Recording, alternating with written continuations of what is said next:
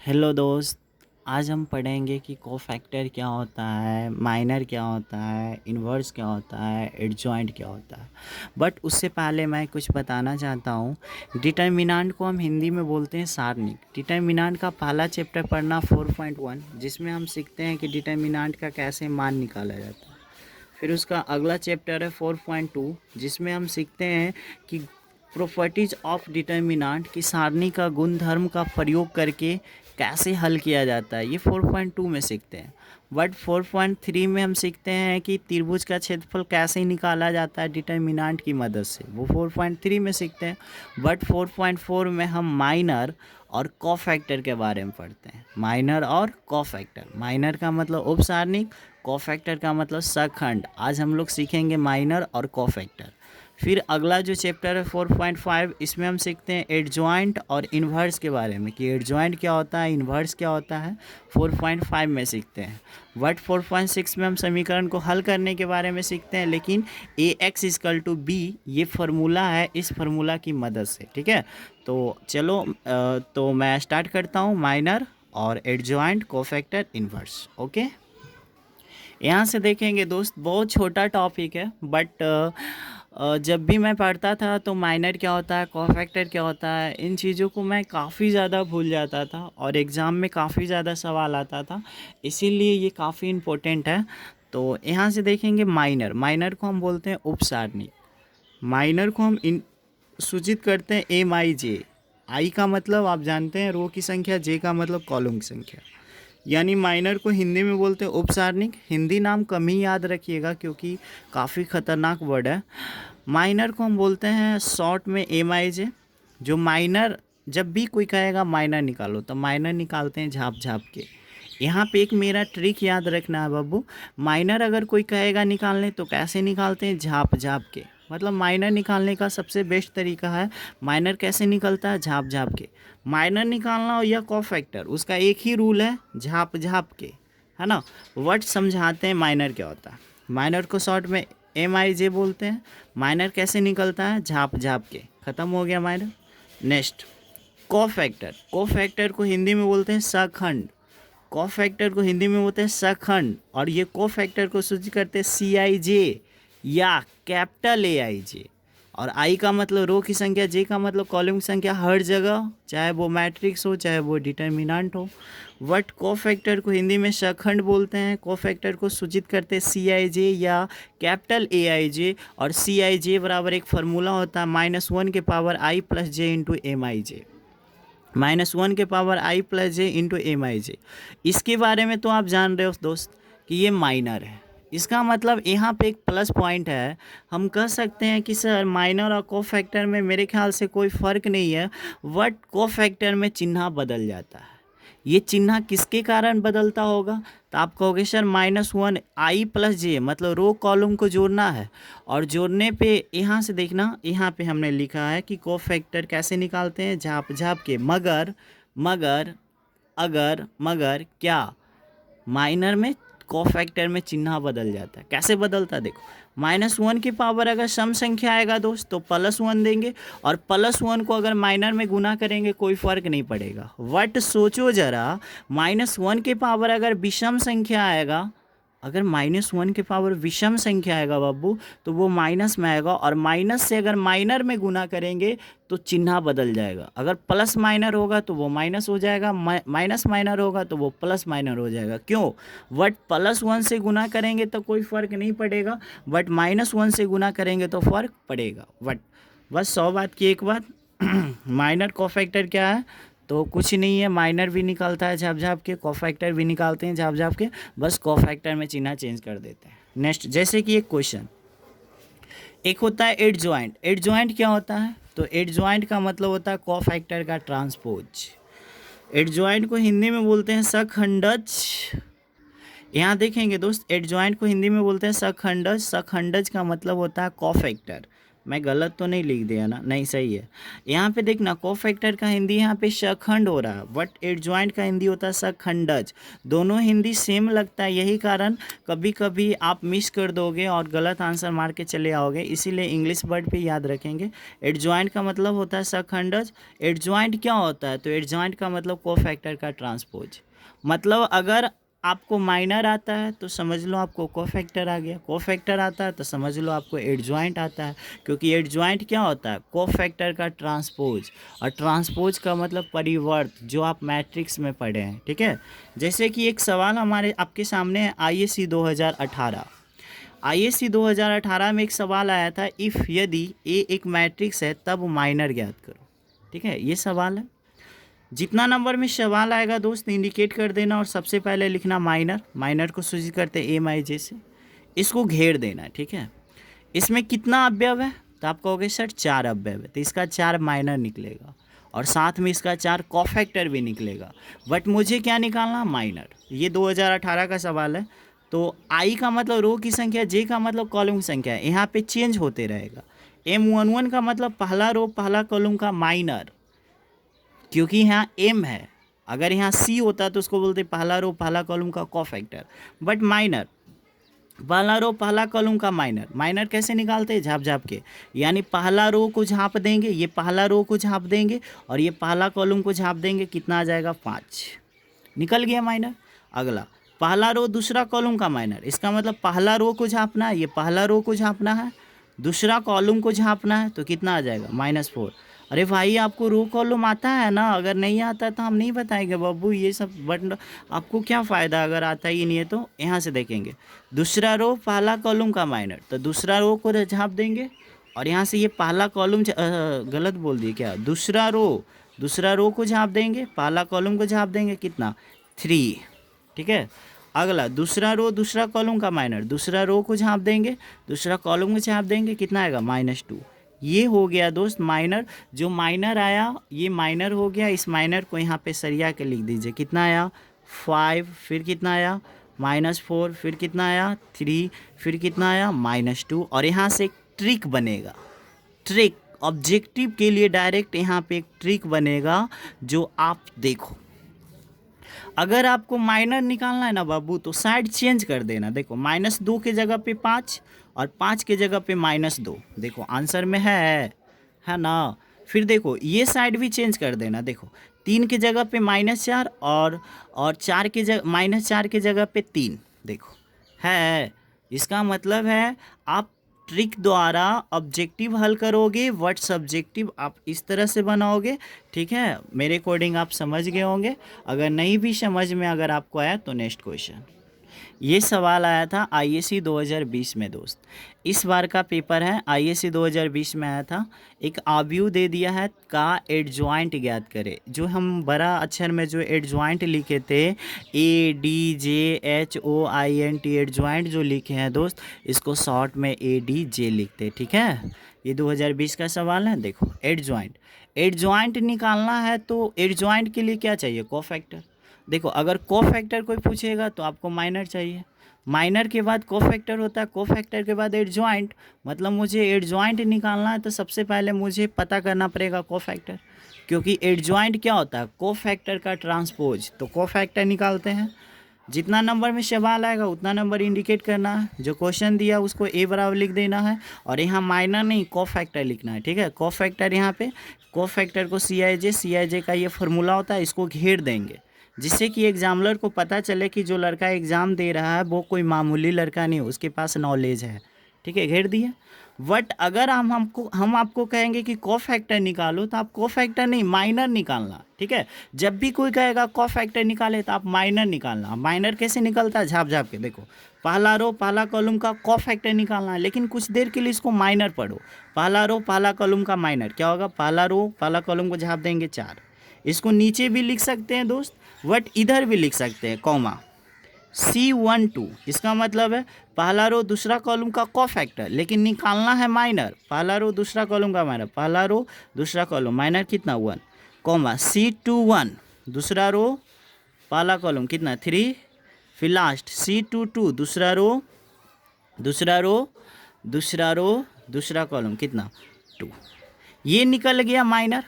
लेकिन देखो ये माइनर हमने निकाला, अब इसको बनाना कोफैक्टर, तो कोफैक्टर में तो चिन्ह चेंज होता है, लेकिन कहाँ चेंज होगा, जहाँ सम रहेगा। किसको जोड़ने पे सम, आई प्लस जे जोड़ने पे अगर सम आता है तो चिन्ह चेंज नहीं होगा, क्योंकि माइनर में गुना करेंगे एक से कोई फर्क नहीं पड़ेगा, बट विषम रहेगा तो चिन्ह चेंज होगा। जैसे देखो यहाँ पे रो पहला एक आ एक 2 सम है, चिन्ह चेंज नहीं होगा। देखो 2 आ 1 3, 3 क्या है विषम, तो +1 है तो ये -1 हो जाएगा। ठीक है, अब देखो 2 आ 1 3 विषम है तो +3 है तो ये हो जाएगा -3। ठीक है, और देखो 2 2 4 प्लस है तो कोई परिवर्तन नहीं होगा, जो आया उसको आप माना सी। आपके पास आया कोफैक्टर, तो कोफैक्टर को क्या बोलिएगा, सी। क्या क्या आया बाबू, 4 आया, फिर क्या आया -1 आया, फिर क्या आया -3 आया, फिर क्या आया बाबू, फिर क्या आया, बोलो बोलो, फिर क्या आया 2 आया। ये आपका हो गया कोफैक्टर। बट हमको क्या निकालना है, एडजॉइंट। तो फार्मूला लगा देंगे, चूँकि A D J adjoint of A बराबर फार्मूला होता है कोफैक्टर का ट्रांसपोज। तो कोफैक्टर आपने किसको माना, सी का ट्रांसपोज। ट्रांसपोज का मतलब डैश, आपको पता है ना, डैश मतलब ट्रांसपोज इसको बोलते हैं, सी। अब बताओ सी से हमको निकालना सी डैश, सी से हमको निकालना सी डैश मतलब ट्रांसपोज। ट्रांसपोज कैसे निकाला जाता है, परा लाइन को खरा लाइन या खरा लाइन को परा लाइन में लिख दीजिए, मतलब ये रो है ना उसको कॉलम में लिख दीजिए। तो 4 - 1, ये जो रो है ना ये दूसरा रो, इसको कॉलम में लिख दीजिए, यही है ट्रांसपोज। रो को कॉलम में चाहे कॉलम को रो में, ये ट्रांसपोज होता है। ठीक है, ये तो हो गया मेरा फुल। अब इसको ट्रिक से भी हल कर सकते हैं। देखना यहाँ से आपको दिखा रहे हैं यहाँ ट्रिक। ठीक है, हम कहेंगे इस मैट्रिक्स का माइनर बताओ, ट्रिक के द्वारा। आपको आंसर हमने दे दिया, इतना ही बनाना होता है एग्जाम में, बट ट्रिक के मेरा फॉलो करना।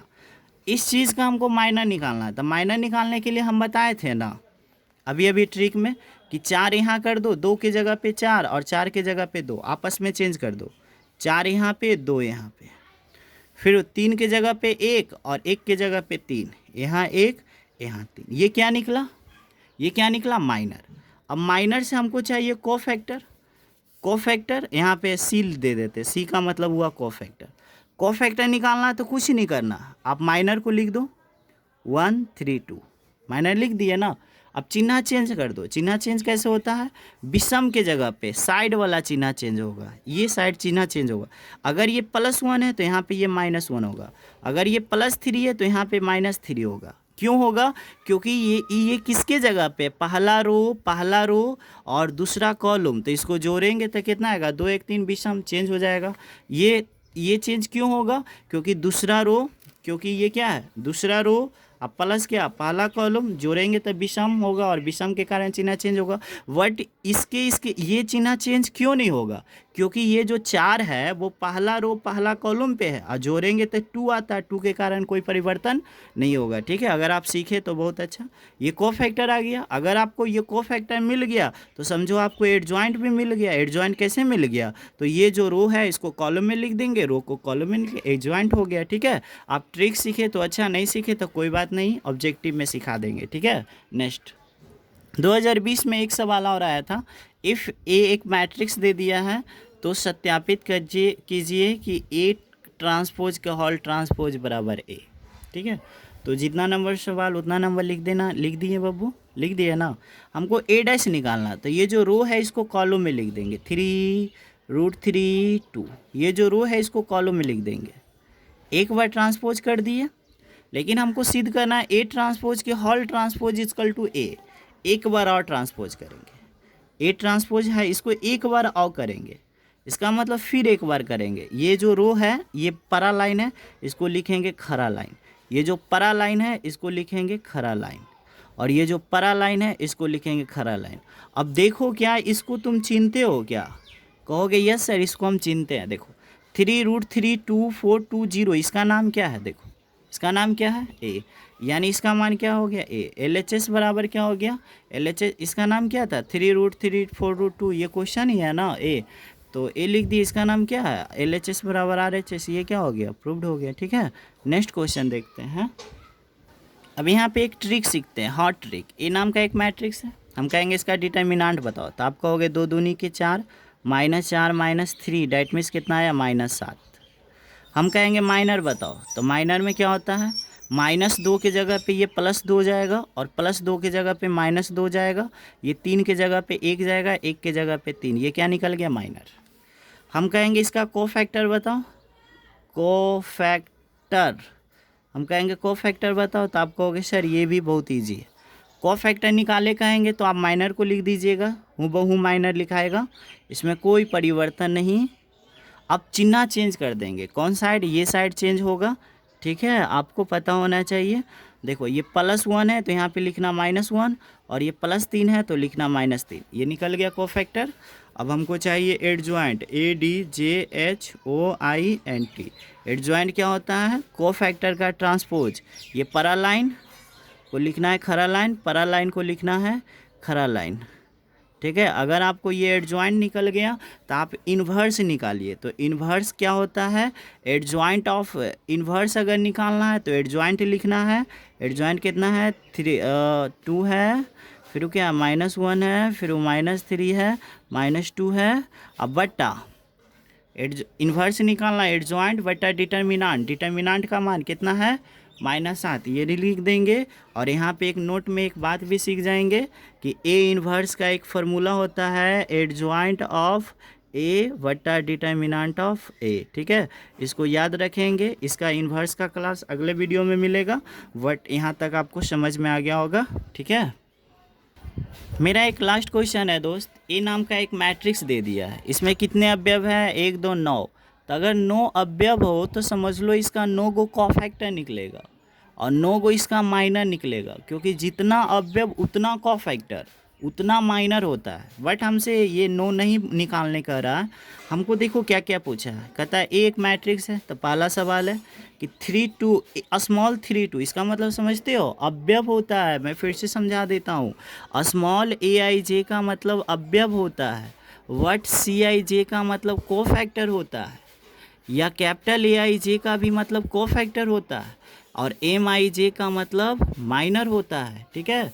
तो यहाँ से देखना, ये करा तीसरा रो, तो चलो आंसर देते हैं। पहला आंसर, इसका मतलब स्मॉल से लिखा है, इसका मतलब है तीसरा रो दूसरा कॉलम का अवयव, स्मॉल का मतलब अवयव, तीसरा रो दूसरा कॉलम का अवयव, तीसरा रो है और केमा कॉलम दूसरा कॉलम, तो तीसरा रो दूसरा कॉलम कहाँ शॉर्ट किया 2, यानी तीसरा रो दूसरा कॉलम का अवयव कितना होगा 2, ठीक है, आंसर हो गया। वट कैपिटल में लिख रहा है, यहाँ पे देखना कैपिटल 3 2, इसका मतलब कोफैक्टर। अब कोफैक्टर कैसे निकालते हैं, झाप झाप के। तो किसको झापना है, तीसरा रो दूसरा कॉलम, तीसरा रो दूसरा कॉलम झापेंगे तो क्या बच जाएगा 1 5 3 2 बच जाएगा ना। आप झापने नहीं आता है आपको, फिर से देखिए तीसरा रो दूसरा कॉलम तो क्या बचेगा 1 5 3 2। अब इसको हल करेंगे, आता है ना हल करें, 2 दिकैया 2 माइनस 5 तिया 15, यानी घटाएंगे तो कितना आएगा -13। ये क्या है माइनर ना निकला, बट मुझे क्या निकालना था कोफैक्टर, तो माइनस है तो ये प्लस हो जाएगा। क्यों प्लस होगा, क्योंकि 3 2 5 विषम है, विषम के कारण चिन्ह चेंज कर जाएगा। बट अगर मुझे निकालना इसी चीज़ का माइनर, तो माइनर निकालना या कोफैक्टर झाप झाप के, तो तीसरा रो दूसरा कॉलम, यानी कि फिर वही चीज़ 1 5 3 2 हल कर देंगे, कितना आएगा -13। देखो अब तुम्हें समझ में आ जाएगा, माइनर कितना -13, माइनर कितना माइनर कितना 13, कोफैक्टर भी कितना 13, बस फर्क है कि ये प्लस में ये माइनस में। क्यों, देखो माइनर अगर -13 है तो ये कोफैक्टर +13 क्यों हुआ, क्योंकि 3 2 क्या है विषम, हम क्या बोले थे माइनर कोफैक्टर में कोई फ़र्क नहीं होता है, जो माइनर है वही कोफैक्टर है, बस कोफैक्टर में चिन्ह चेंज हो जाता है, लेकिन सब घड़ी चेंज नहीं होता है, ठीक है।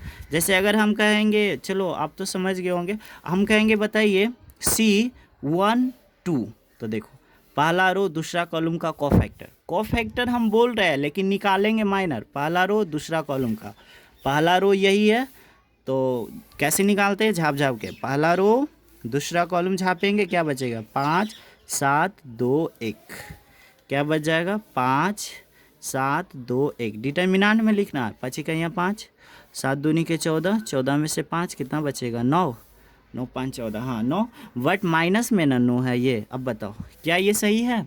ये तो माइनर है ना, हमको कॉ फैक्टर बनाना था। 2 1 3 विषम है तो माइनस है, तो ये क्या हो जाएगा? प्लस हो जाएगा। आप मुझे बताना आपको माइनर कैसा लगा, कॉ फैक्टर कैसा लगा। नेक्स्ट वीडियो में हम पढ़ेंगे कि इन्वर्स क्या क्या होता है, उसके बाद ऑब्जेक्टिव पढ़ेंगे, ठीक है। आप कमेंट में ज़रूर लिखना आपको कैसा लगा, ठीक है।